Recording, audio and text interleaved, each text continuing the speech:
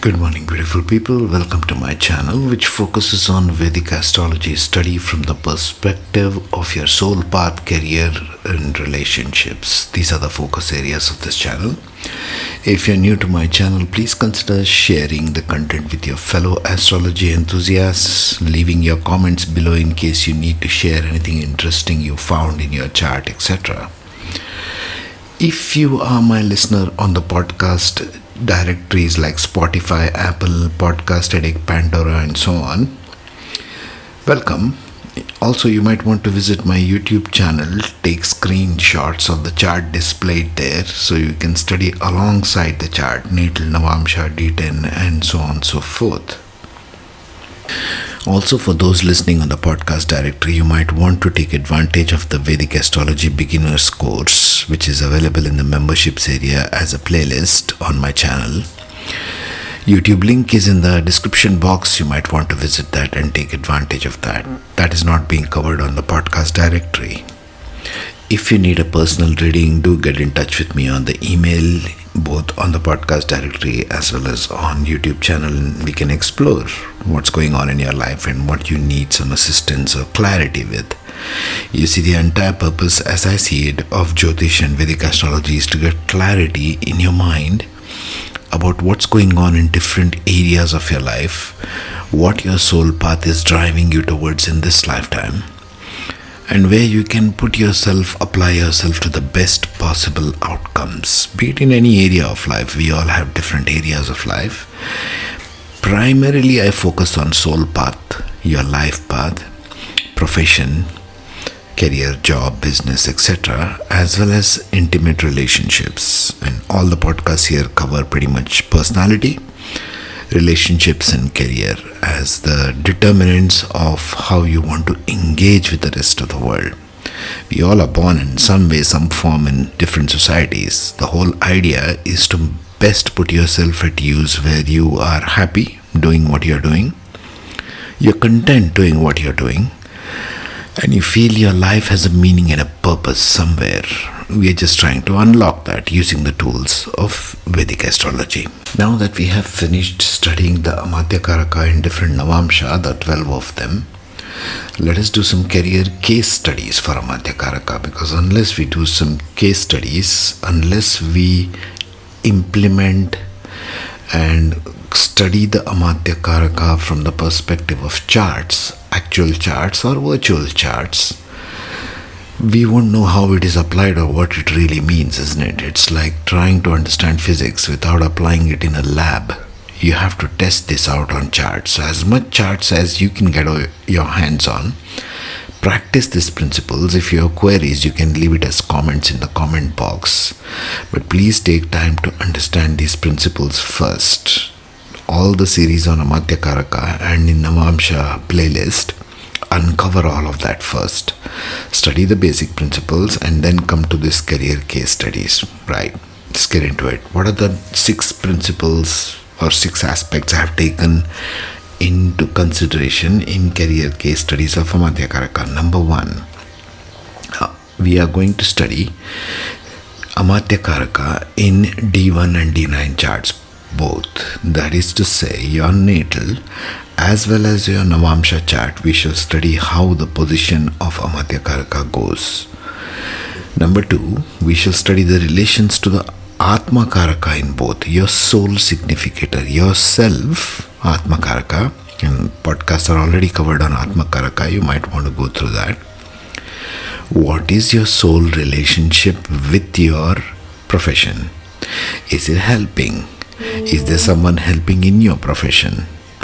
Atmakaraka and Amatyakaraka relationship in both D1 and D9 also we shall cover. Number 3, the placement in houses and signs in both natal as well as Navamsha charts. That will also be covered, because where the houses are playing in the natal and where it moves to in Navamsha is significant, isn't it? And also the sign, because the qualities of the sign carries to both Atmakaraka and Amatyakaraka. Number 4, types, progress, challenges, and successes in career, because we are focusing in these career case studies only. So We will deal with focal point as Amatyakaraka, and we will study Atmakaraka with respect to Amatyakaraka. Alright. Number 5, we will also try to borrow some hints from nakshatra placement of Amatyakaraka in the natal chart, because that's the physical manifestation. Yes, I already spoke of this. You might want to go through previous ones. Natal chart is your physical manifestation of reality. Navamsha is your internal self and all things going forward in your life. Essentially, when a soul is born, the way we apply Vedic astrology is from birth till the time you're 30 years old, till the time Saturn matures in a chart. What happens is you're acting more like only the physical manifestation, because you are pretty much in the hands of others. After 30 years, really it matures, and then the aspects of Navamsha kick in. So Navamsha literally is going forward in your life, the fortunes of your life. Yeah, this is the way also it is interpreted. So we shall try to borrow some nakshatra placement of Amatyakaraka in the natal chart also. Now, nakshatras are already covered extensively in the 27 nakshatras of Vedic Astrology playlist. Number 6, and very important point, I needed some charts to study here as a part of this exercise. And so what I have done is I have considered case studies. This entire case studies is for Gen Z, just like I did for Nakshatra Pada. Gen Z meaning 1998 onwards, who are born from 1998 onwards. Yes, you can Google it if you want. All case studies are of Gen Z kids. Names are all virtual, really. I have just stuck in virtual names. Names don't mean anything. They are random charts of Gen Z generation, starting from the year 2000 for Amatyakaraka. Let us begin. Before we begin the actual case studies, it is important for you to remember some rules in the Jaimini system of evaluation in astrology, which is very different to the Parashara system. Jaimini, first of all, focuses on Rashi Drishti. That means the sign aspects. Which sign is aspecting which sign? Aries is aspecting Leo, for example, like that. The sign aspects, these are not planetary aspects, which sign aspects it. So let's go through these 8 rules listed there on the screen. Number 1, Rashi Drishti. Every movable sign aspects all fixed signs except the one right next to it. Keep this rule book in your thing. You can take screenshots if you wish. Every fixed sign aspects all movable signs except the one right next to it. So, movable aspects fixed except the one next to it. Fixed aspects all movable except the one next to it. Every dual sign aspects all other dual signs only. Okay. Then there is the Graha Drishti, that is a planetary vision. The planetary vision says Jaimini primarily uses Rashi Drishti, but planets inherit the aspect of the sign they sit in.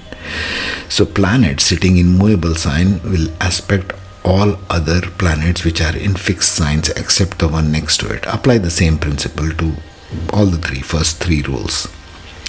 So planets essentially sitting in movable, fixed or dual sign, because Jaimini is based only on sign astrology, not so much on planets. Planets will automatically inherit everything about the sign. This applies to all planets including Rahu and Ketu. So as we shall see going further into the case studies, you will see that sometimes or many times in a chart, Rahu and Ketu both end up aspecting a particular planet. Because even though Rahu and Ketu are on opposite sides of every chart, but based on this kind of an analysis, based on Rashi Drishti, they both might end up aspecting a planet, and we shall see that in case studies. Some special considerations to see. Point number 6, Jaimini focuses on sign to sign influence, not degrees. Even if planets are far apart within the Rashi, they still aspect through Rashi Drishti. The same thing which I spoke of earlier. The only thing angles or degrees is considered is from Atmakaraka to Dharakaraka. The 7 Karakas is based on angle. what is your Atmakaraka, what is your Amatyakaraka, what is your Bhratrikarika, and so on. That considers the angle, but the sign to sign influence is very dominant here. Even if one is sitting in 12th house and one is sitting in 3rd house, for example, if the signs are influencing, the planets in those signs also are influencing one another. See, all this gets very complex unless we do some case studies, isn't it? So we shall do that from now on.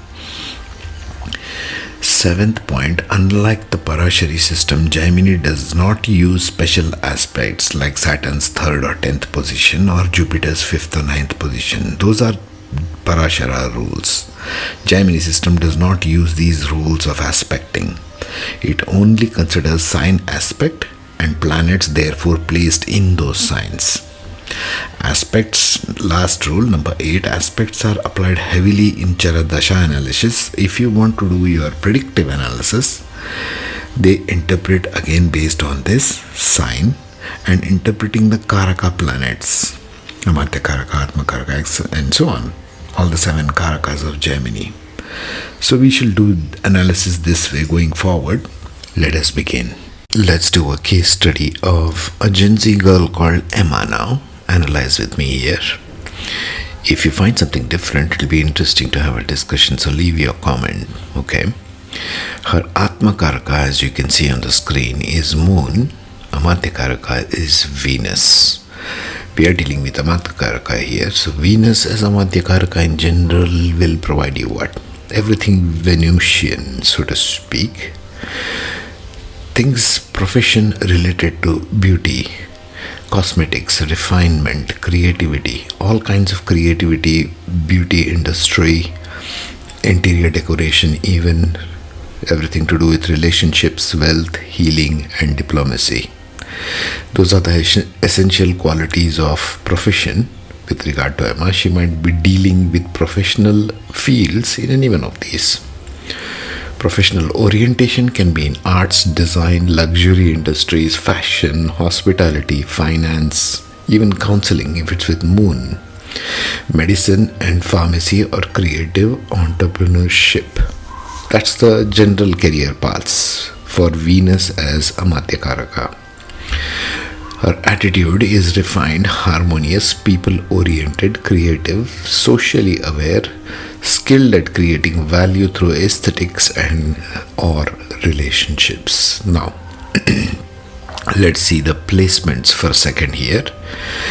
Placement is in the 12th house of Cancer, conjunct Rahu. So 12th house right now, in terms of profession, should tell you something doing behind the lines, something in secrecy. Rahu gives a great surge of investigation or foreign lands related diplomacy, foreign lands related professions, for example.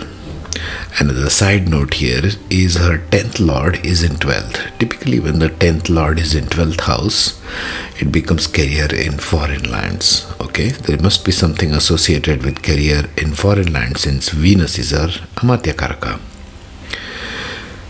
That's one thing. Placement 12th house in Cancer. Now Cancer gives also variations in career. It also links to foreign lands, behind the scene industries, because it's 12th house, creative solitude, maybe writing something creatively relating to relationships, or charitable institutions, or hidden environments. All background processing is 12th house. Working in the hidden realms, working creatively. Creative people typically work in isolation. Venus here points to international connections, luxury and creative fields abroad. Rahu is also there, so there's a very dominant energy of foreign things, foreign lands in terms of her career. Sign influence, Cancer adds emotional depth and nurturing qualities and connection with the masses. So she has a natural tendency to select fields with Venus sort of attitude, but in foreign lands. There's a deep connection there. So she might be doing professions related to luxury and creative fields abroad, or work even in healing, charity and counseling roles. Why? Because it's in Cancer sign. Remember, Jaimini system focuses more on the sign qualities. What is the sign influence of Cancer? Working for the masses, working with emotional quality. Venus in Cancer blends artistry with emotional intelligence, useful for careers involving people. Again, even counseling, because counseling is a background kind of career, isn't it? Emotional counseling, maybe relationship counseling that she might be able to do abroad. Connection with Rahu amplifies Venus qualities, bringing ambition, glamour, modern innovation, and attraction to unconventional paths. Rahu gives unconventional paths. Rahu gives foreign countries and going abroad and doing something with it. Now, there's an aspect of Mars here from Scorpio, so there might be a transformation point in her career, and Mars is from the 4th house in Scorpio, so there is a transformation in her career sometime. Careers may be in fashion, media, luxury, branding, or other global modernized industries. Also creates volatility, sudden breaks, fames, or setbacks, especially because Mars is looking at Venus-Rahu combination from Scorpio in the 4th house. There might be displacement from the house, again suggests a career abroad. Also, always examine the ascendant. In her case, ascendant being Leo and Sun and Mercury in the 1st house. So, Sun in the 1st house in Leo gives her a very dominant ego or attitude, egotistical attitude. So, wanting fame and success is her dominant drive. She might not get it in the local lands, she might prefer to do it abroad. Mars as Amatyakaraka and Scorpio means Atmakaraka also means working with other people in terms of career, not just spouse. Adds intensity and transformation to career paths linked with education, property, home, abroad. Suggests Emma's professional life also gains strength from land, property, or transformation to teach. She might leave her land sometime. Scorpio tends to leave things, leaving the land, especially with Mars there. Mars stands for land, so leaving her homeland in order to go abroad for that Venus Rahu in the 12th to pursue a career path.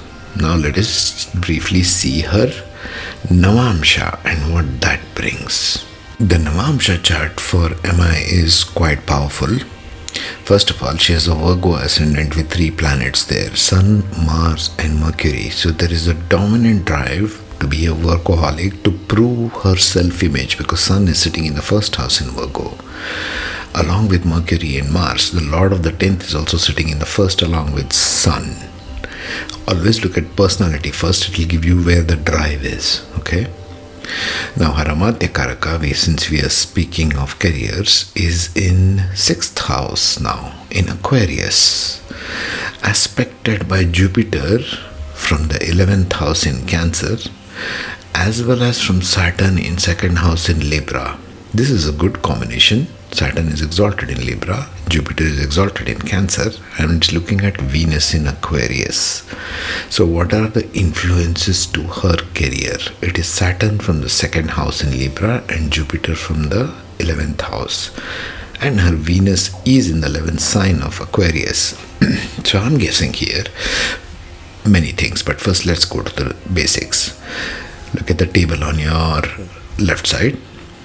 Venus in Aquarius in the 6th house. 6th house emphasizes service, health, detail-driven work. Anything 6th house is a daily routine. Saturn from the 2nd also influences that, therefore, and as well as her ascendant. So, in her case, later on in life, she'll be very driven to systematically work to prove her self-worth. Sun in the 1st house.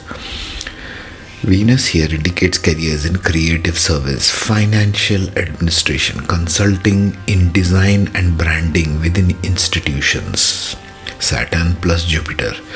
Jupiter in the 11th will give her access, because it is very exalted, to multinational kind of branding companies. Okay, she might work for them, because Virgo ascendant typically works for others in Navamsha. It is not a king, it is a servant here.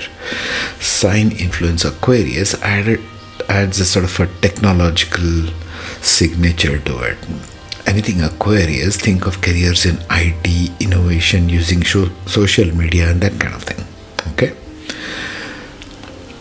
Sign influence of Aquarius adds innovation, social reform, humanitarian focus, and modern technology. Everything social media, everything IT industry is Aquarius.